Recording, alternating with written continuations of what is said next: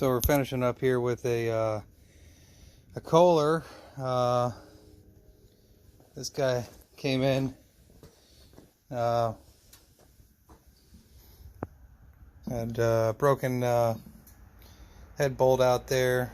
The valve, the gentleman had stated that he thought maybe he had stripped out one of the holes here, and maybe this one. That one does kind of look like maybe it's waffled out. I could have probably tapped that though and redone it. I had to tap the bolts. I had to tap the holes in the new head, and they're all M6 with a 1.0 pitch.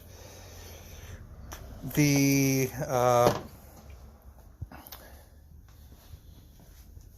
bolts were all replaced and stuff. I had some, the questions I had, there were some interesting things on here, and if you look at this, it appears that there's actually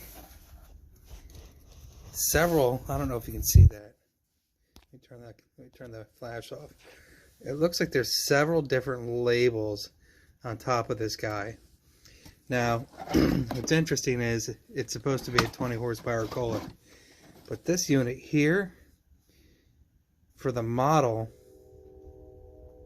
a 470 is only a 15 horsepower.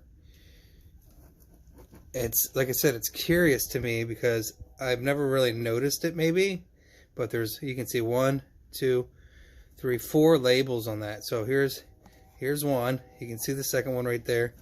You can see a third one right there, and then the fourth one on the bottom. I don't know. See if anybody, there's definitely other labels under that. So I'm not sure what that's all about. But cold start here. The intake valve might be a little tight, but I'm gonna choke it.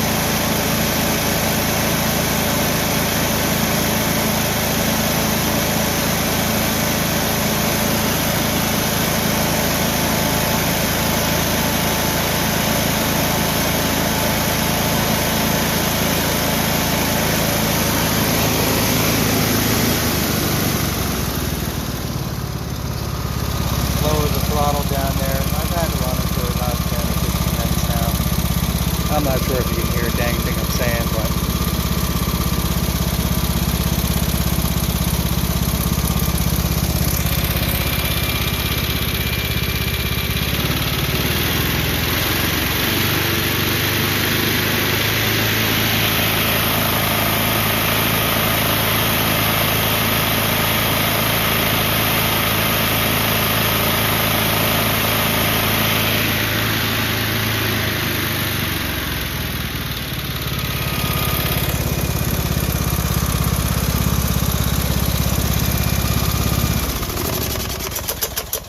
at the very least it should be quieter.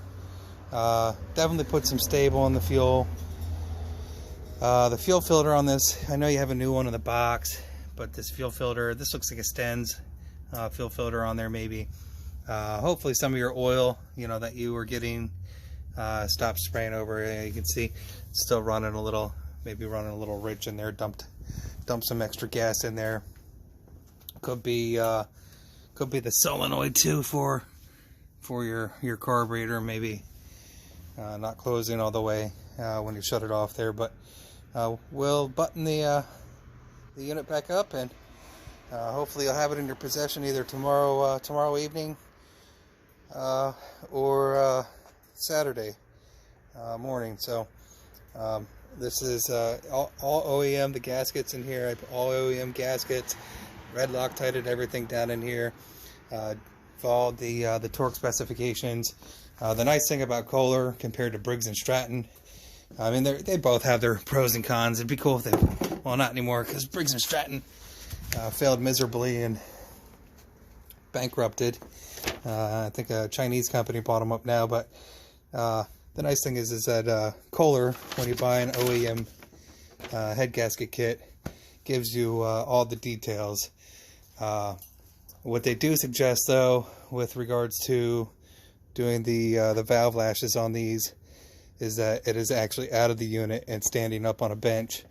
And I just can't, you know, it'd take me another hour, 45 minutes to an hour to you know, pull it out, because you got to pull the shaft off the bottom of the PTO. If it has a PTO, I didn't look if this was a belt driven one or if it was a electric. So it's a belt driven one, or a tensioner, so it doesn't have the electric PTO.